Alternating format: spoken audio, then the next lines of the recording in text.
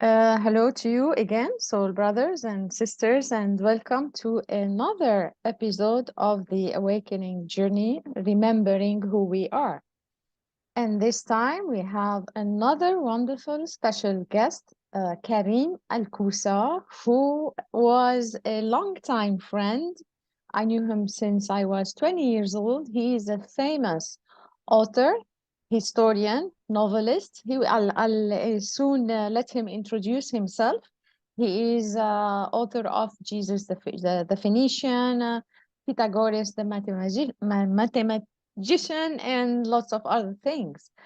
Karim has had a very peculiar life of awakening, and whatever he will share today, he will share two things.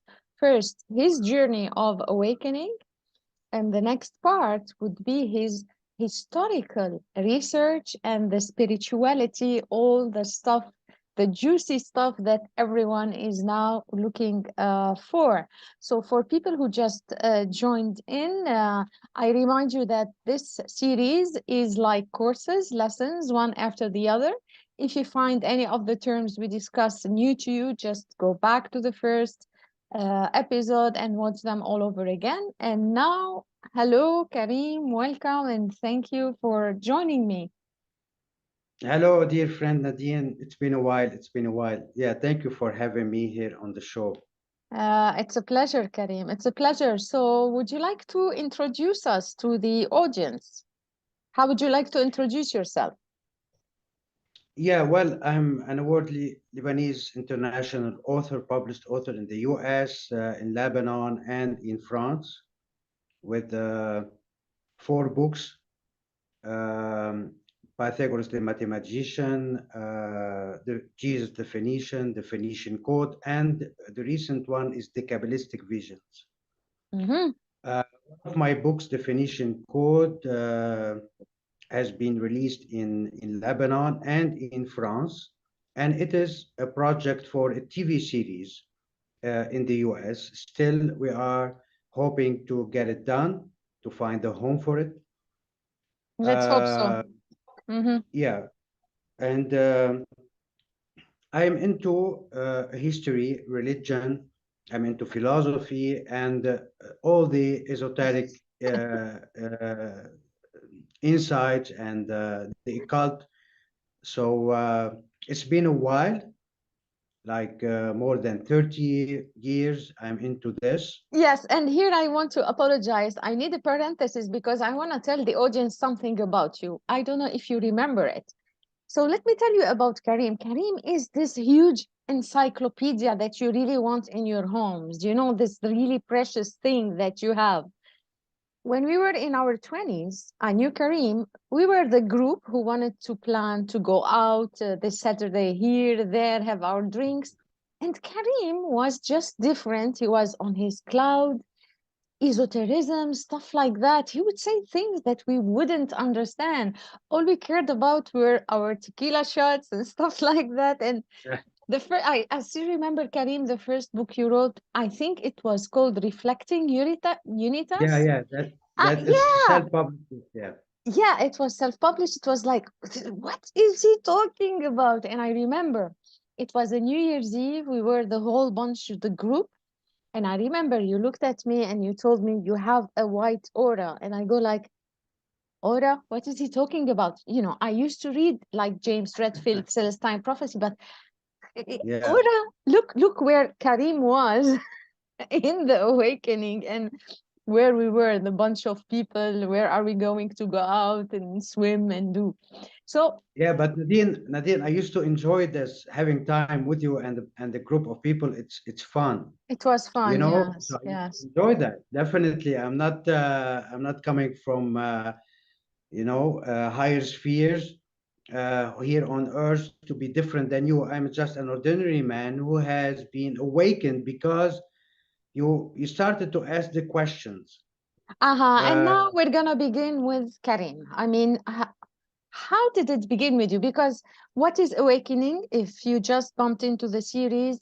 So we live this life, we go to school, university, work, and we think this is it. But then at some point we ask questions. Is that all there is? Isn't there more? And is the system right? The religion? You start asking these questions. This is the beginning of awakening. So walk us through your journey of awakening. I know you're a fun person, you're everything, you're all that there is, but the thing is that you were a pioneer in the awakening among our group.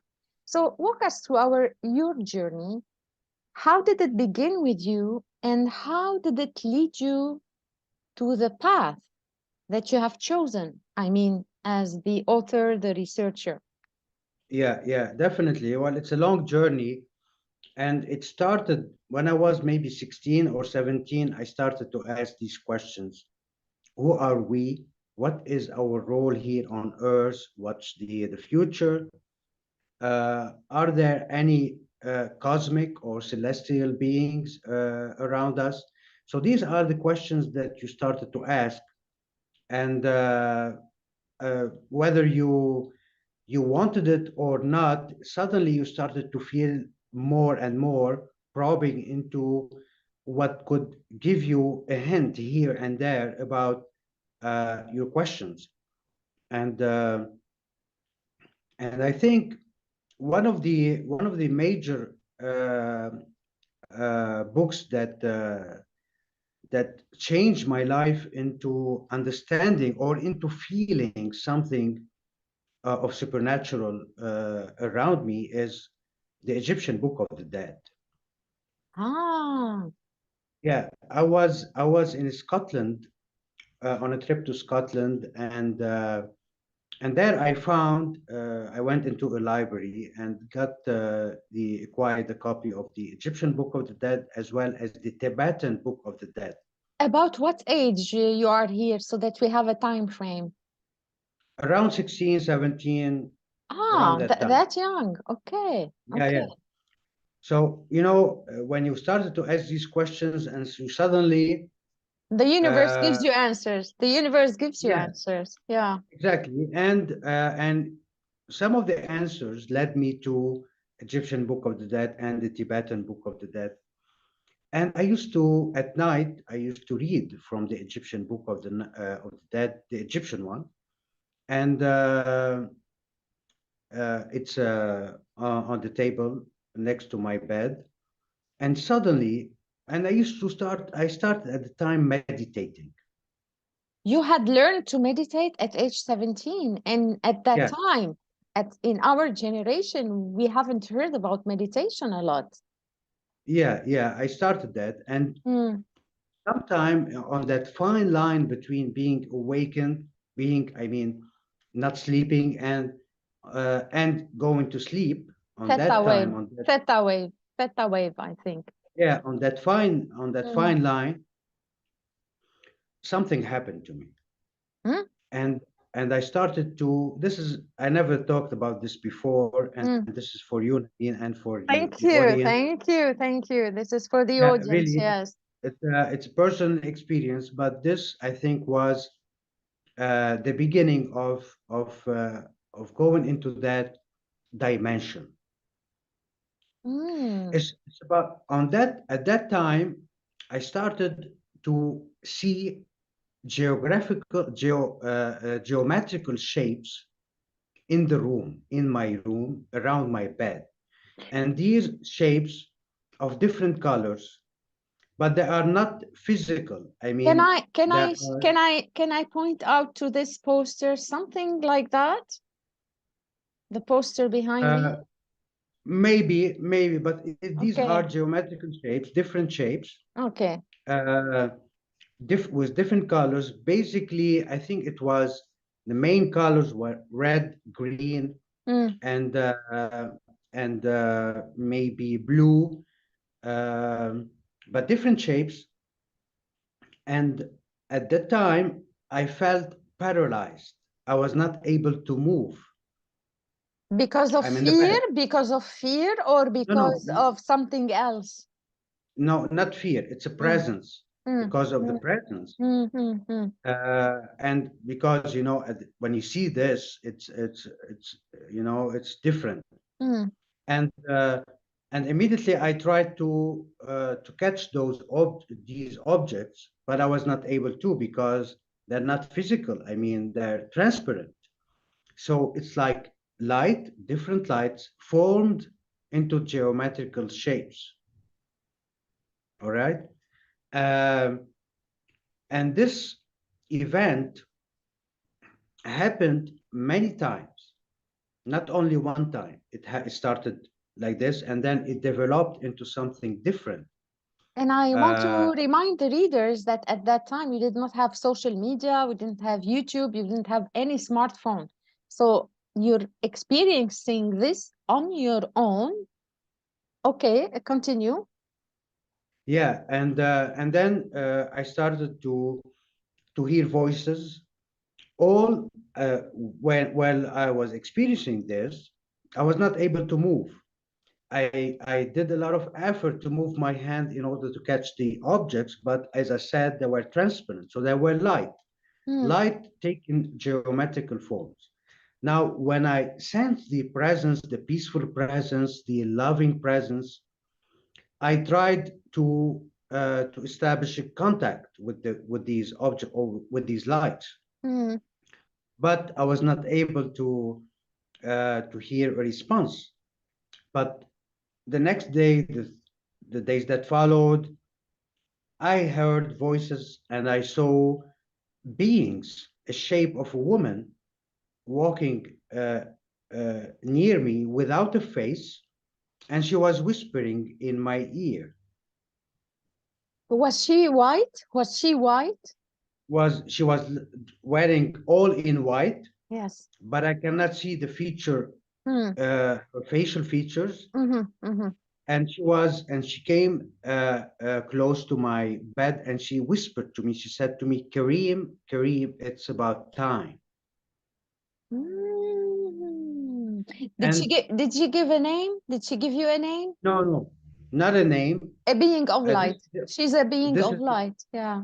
exactly. So this is what I heard, Mm. and without any facial features, but all in white. This followed the previous geometrical shapes of light, you know. And then I think it was, and it ended with that message. Mm. And I tried to establish a contact again. I was not successful. You had already So this, received the codes. You had already received the codes, the yeah, so geometry. it was exactly. So that was the beginning of my spiritual journey, Mm-hmm. of my awakening into the esoteric, Mm. the hidden knowledge of religion. Because what is esotericism? It's the hidden uh, concepts of religion. Mm-hmm. When you go deep into religion, you will understand. For example, the New Testament, the Gospel of John, is We're full gonna of go. esoteric. We're gonna go there, most certainly. But you gave me the creeps. I mean, the story. I want to thank you, Karim, for sharing this with us because really everyone in the series are telling their personal stories. This is to help people awaken because they too will soon start remembering who they are. And we are telling our personal stories to help everybody remember. And I want to thank you for sharing this. This is an honor, really, for sharing this for the first time. This is very private. Yeah, I've been keeping this for myself for a long time. I Mm, only talked about it with my mentor, who is a priest, mm, a Christian priest, but is and very knowledgeable in esoteric Christianity. And we mm. talked about that and all the idea behind it. This So is amazing. the Yeah. so what I want to say is that started the beginning of the journey, Yes. and not only for example, I was not only focusing on history and religion and philosophy in my quest for answers. Uh, but something pushed me to go into the field of spirituality and esotericism after these experiences. that I had. Mm-hmm. So it makes me understand that we are here on Earth on a mission, and this mission is to walk the path of light that will actually.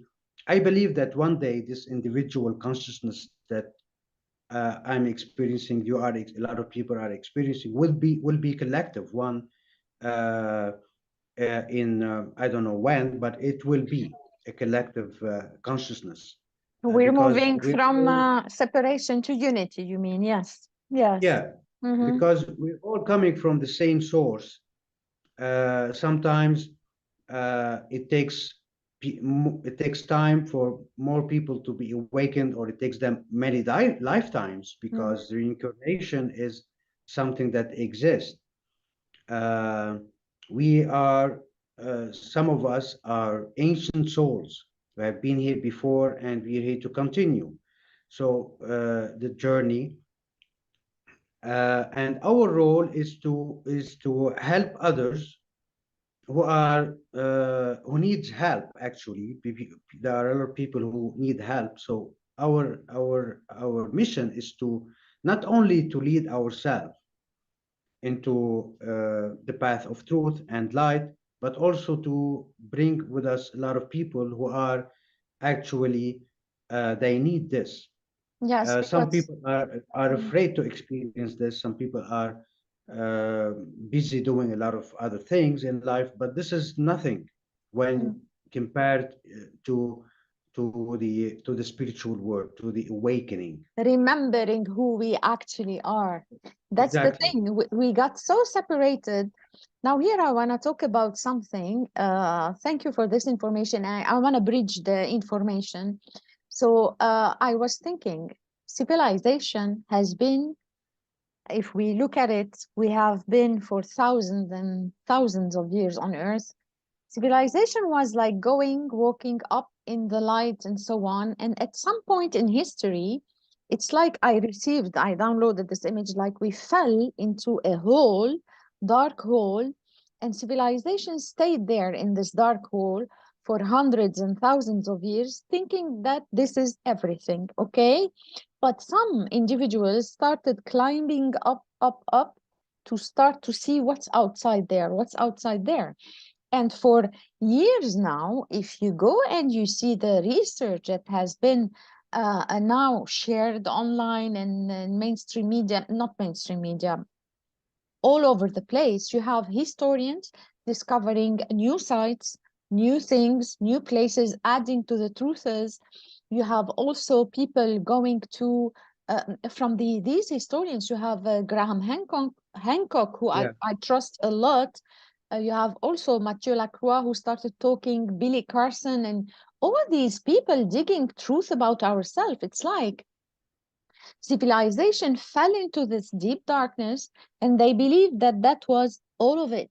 And then suddenly, those people who started, the pioneers who started collecting both historical data and spiritual data, because you have people like Paul Wallis and the others who are reading the Bible and the sacred books again, and the book of Enoch and the Torah and everything, and they are discovering that lots of the meaning was lost either in translation, some things were deleted, or even whatever we are reading, we are interpreting it wrong, not in Yeah. the light, in the darkness. I mean, when Jesus gives you a metaphor, you don't, you could interpret it in many ways. They are reinterpreting spirituality, the meaning of the apocalypse, the meaning of history, and more things will be uncovered. Just recently in Egypt, they discovered a new door and new things, and someone prophesies that more will be discovered, so that Yeah. we all, as a humanity, remember who actually we are.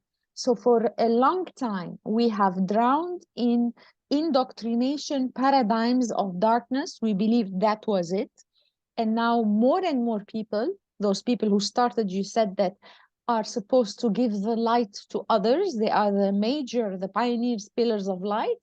Their mission is to work as pillars of light, transmit the knowledge so that we go back home to the kingdom Yeah. of heaven that we fell from, if you want, that we lost.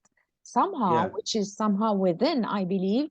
And to relate it Yeah. to what you just said, this individual consciousness that was in separation and was limited is now expanding again to see that, oh, there isn't just me, my home, my car, there is more. I am connected to you, me, Karim, everybody on earth, and I am connected to the whole universe.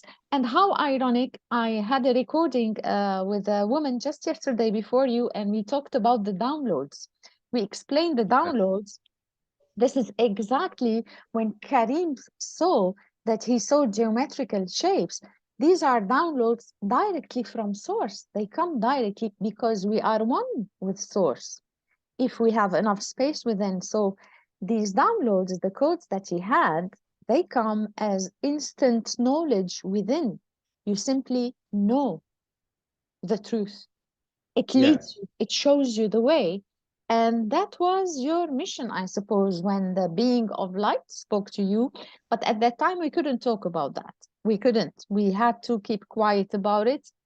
But now the energies are helping us. So Yeah. Yeah. Karim then, in his corpus of data, years of research and digging and doing all this work in esotericism, in spirituality, in history, they go really well together because they support each other. Yeah. Karim then, Definitely. therefore, has a lot, a lot of stuff to share with us. I mean, so much stuff that maybe we could talk for hours, but you're gonna have to be selective as to, I'm gonna leave that to you. Which stories you think we could begin with? Shall we begin with religion? Shall we begin with history? What would you like to Yeah. begin with? Unless you want to continue with your awakening journey, or we covered that Yeah. one. I just wanna point out that this door that they found in Egypt, on the pyramid of Egypt, the Grand Pyramid. I thought that I already discovered that door a long time ago. I was surprised that they found it just recently. Mm, Uh, but to be what do we say? To be precise on one of the points, one of the essential points, we are now in the age of Pisces, and the age of Pisces is two fish going in the opposite direction. Now in an age of conflict, mm-hmm. of ideas, a lot of two different streams that go against each other. But soon, after the age of Pisces, we are heading towards the age of Aquarius, We're which starting. is Yeah. soon. It's happening soon. Yeah, we're starting. So when this is over, the age of Pisces, with all this contradiction and conflict and all that, we're going into an age when there is one stream of consciousness. It's the age of Aquarius. Uh, Maybe there will be one world religion, one world spirituality, one stream of Spirituality. consciousness, when probably the whole population, the whole world will be uh, maybe at that time we'll be having this collective consciousness. Mm, So the mm. age of Aquarius is very important uh, in the in what's happening to us in the future, maybe in the near future. So these people, Billy Carson or Graham Hancock and Timothy Hogan, Johnny Mm, Enoch, mm. these people are my friends and are also leading the path towards the truth and the knowledge. Although you may you may feel that some of the ideas Conflict. yeah, so because some of the things I believe that it's a matter of interpretation, how you Mm. interpret this, and as you said before, so we need to reinterpret everything because we have been conditioned by the matrix, the socio-economic and religious matrix that have been Patriarchy. Patriarchy. yeah, it's been conditioning Mm, us to think the way they wanted us to think. mm, But then again, uh, sometimes, like in the age, like the previous ages, when there is a lot of people who comes in philosophy and try to change, give new ideas, Mm. like religion. So we are going now into a new phase. Mm. So if So I need to rephrase what you just said, the age of Pisces, what we see now, too much conflicting information, sometimes opposites, yeah, because I do a lot of research and we want to maybe talk about the Aranuki because there are terrifying stuff about it. And we have so much to Anunnaki. talk about. Yeah, and so opposing, you hear one story here and it's opposite there and so on. So what we are trying to do, and especially in this series, was that you know what? Let's put the pieces of the puzzle together. I mean, that person comes with that piece of the puzzle, that one comes with that piece of the puzzle. Let's see how they fit. Because maybe it's someone looking at it from that perspective, the other one is looking from that perspective. If we bring them Yeah, together, maybe they will make more sense or something.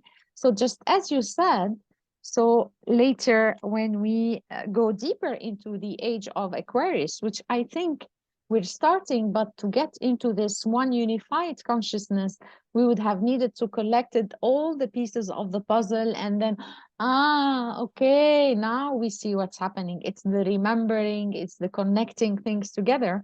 And I think it will take decades, I suppose, right? I well, I think don't know. We're approaching the age of Aquarius now. It's gonna happen we're soon. going faster. We're going faster ahead. Yeah, We yeah. are ahead of time. We are ahead of time. I think what's happening now with this, every like thousands of years, like like the late ice age, it was like rebooted humanity. Mm-hmm, Humanity rebooted, and I think that we are now going into a reboot system. mm-hmm, We're now approaching the reboot of a humanity. mm-hmm, The pandemic that hit the earth, all the economic crises are there to make us think how minimal we are in front of the powers of nature and in front of the sinister ideas of some people who are in control, these deep states who wants to control the masses. Um, but at the end, it's people, us, the which are who have who the are power, going to, who have the well, power. exactly, and they will be awakened definitely, and understand that everything that is happening, these conditioning, is to keep us quiet, to enslave us, yeah, inside the system.